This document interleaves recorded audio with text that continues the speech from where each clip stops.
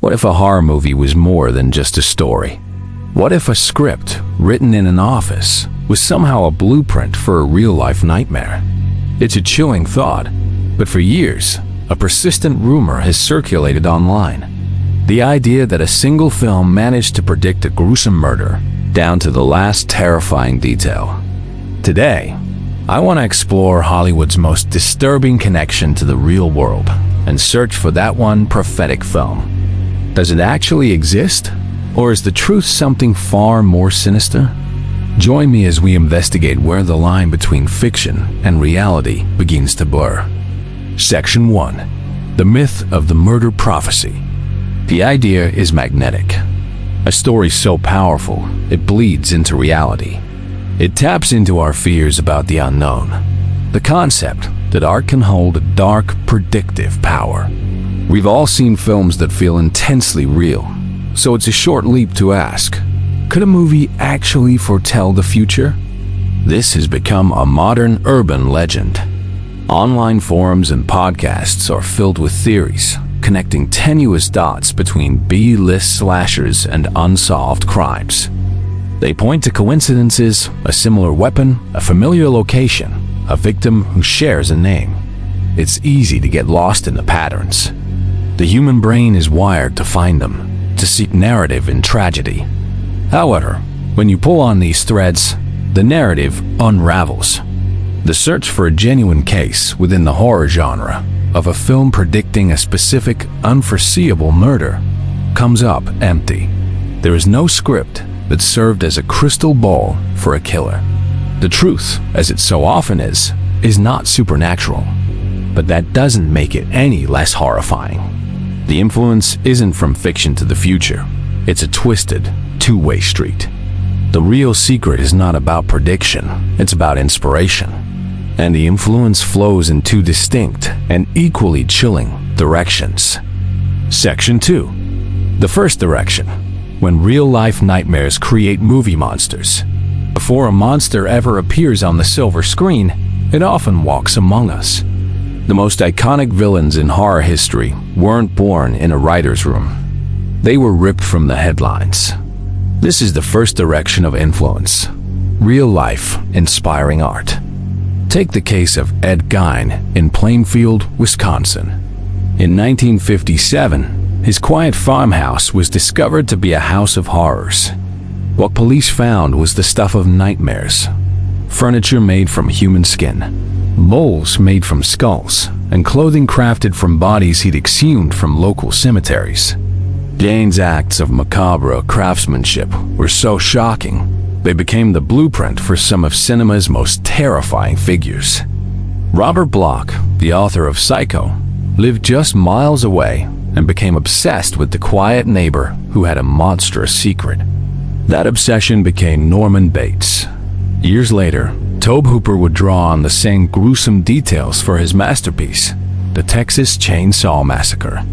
The film's marketing claimed it was a true story, and while there was no family of chainsaw-wielding cannibals, the inspiration from Gein's real-life atrocities gave Leatherface a terrifying authenticity. This pattern repeats. The 2008 home invasion film The Strangers feels so real because its roots are in actual crime. Writer-director Brian Bertino was inspired by a combination of the motiveless Manson family murders and the unsolved 1981 Ketty Cabin murders. The film's most chilling line, "Because you were home," is a direct reflection of the senseless, random violence of these real events. These films didn't predict anything. They held a mirror up to the darkness that already existed. Section 3. The second direction. When movie monsters create real-life nightmares. This is where the story takes a much darker turn. If the first direction is life-inspiring art, the second is art inspiring real-life atrocities. This is where we find Hollywood's true dark secret. Not prediction, but influence. These are the copycat crimes, where on-screen violence becomes a script for real-world horror.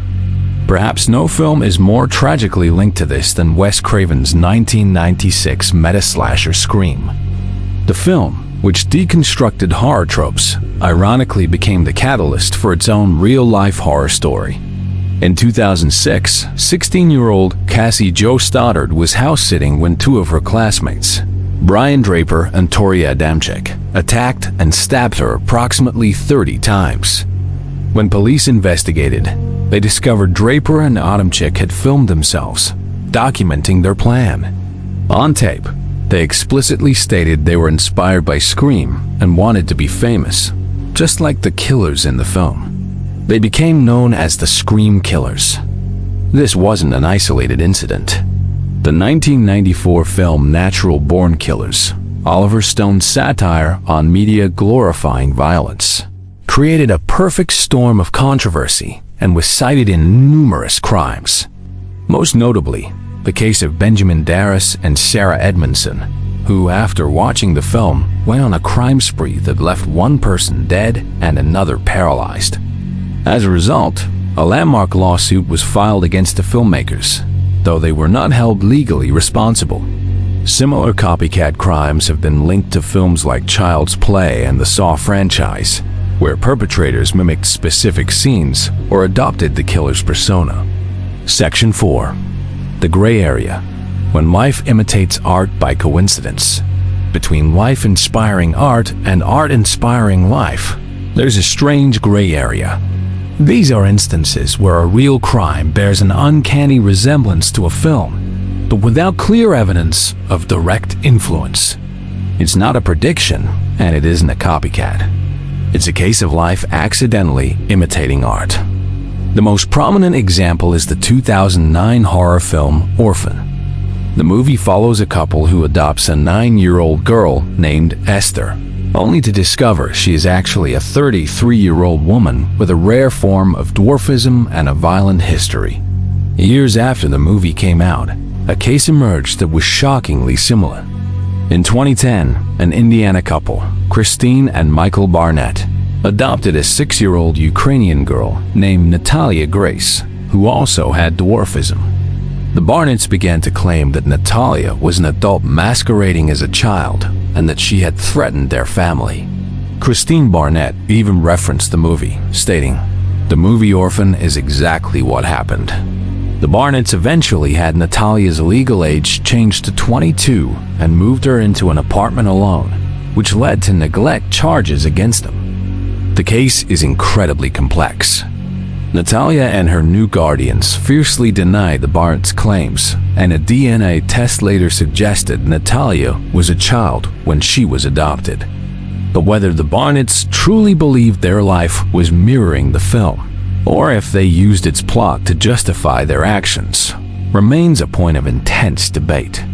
It's a bizarre feedback loop where a film's existence created a narrative that was almost too terrifying to ignore. Conclusion. So, is there a dark Hollywood secret? A script that predicted a real-life murder? The answer is no. The supernatural premise remains a compelling what if. But in our search, we uncovered a more tangible and disturbing truth. The secret isn't about prophecy. It's about the profound and perilous relationship between the horror we consume and the society we live in. The darkness of the real world has long served as the source material for our most enduring on-screen nightmares.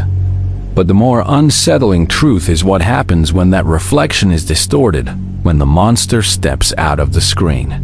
The cases of the Scream Killers and others show that for some, a horror movie is not entertainment, but a roadmap. But what do you think about this connection? Is it the responsibility of filmmakers to consider the potential influence of their work, or is it a matter of individual accountability? Let me know your thoughts in the comments below. And if you found this investigation compelling, don't forget to subscribe for more horror-related content.